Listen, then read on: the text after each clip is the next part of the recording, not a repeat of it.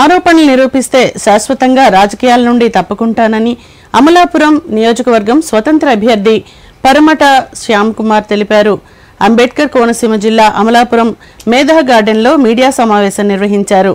ఈ సందర్భంగా శ్యామ్ కుమార్ మాట్లాడుతూ 29 సంవత్సరాల నుండి తెలుగుదేశం పార్టీకి సేవ చేశానని పేర్కొన్నారు.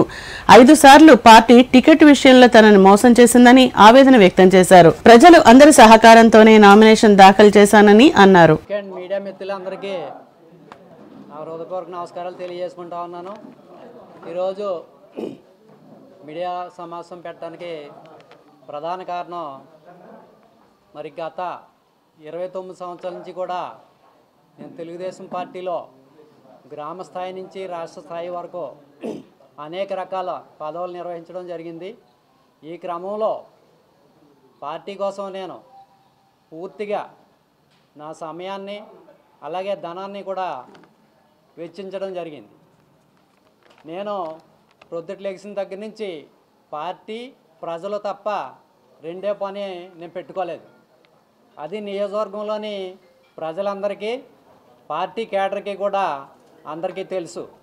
అయితే తెలుగుదేశం పార్టీలో ఇన్ని సంవత్సరాలు సర్వీస్ చేసిన మరి 2004లోని 2009లోని 2014 2019 నేను టికెట్ ఆశించి 1-2 స్థానాల్లో ఉంటూ వచ్చాను.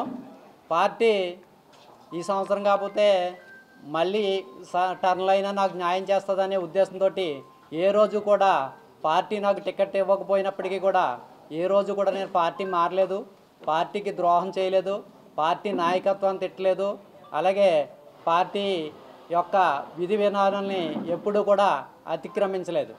కానీ ఈసారి కూడా మరి సర్వేలన్నిటిలోని మరి నేను ముందు వరుసలో ఉన్నప్పటికీ కూడా పార్టీ నాకు పూర్తిగా న్యాయం చేస్తుందనే ప్రగాఢ విశ్వాసంతో ఉన్నాను. అయితే పార్టీ ఈసారి టికెట్ నాకు కేటాయించలేదు.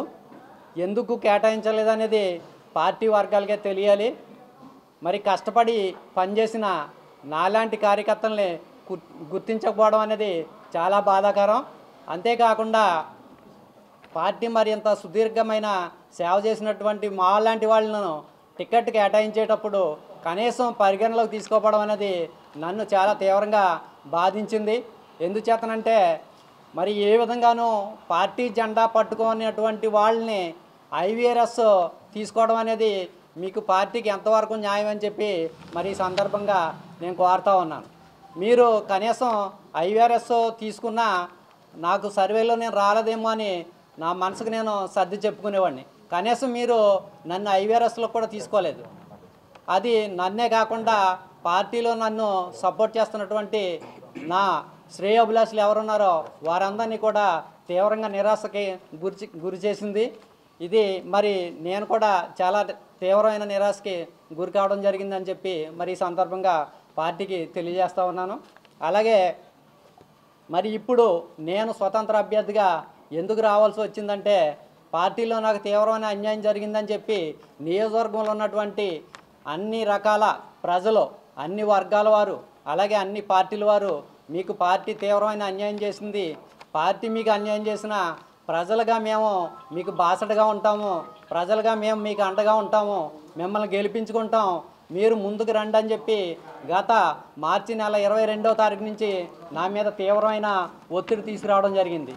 అయినా నేను ఏ రోజు కూడా పార్టీ లైన్ తప్పకుండా పార్టీ ఈవేళ పిలుస్తుంది, రేపు పిలుస్తుంది, నాకేదో న్యాయం చేస్తుంది, లేదా ఇక్కడ పార్టీ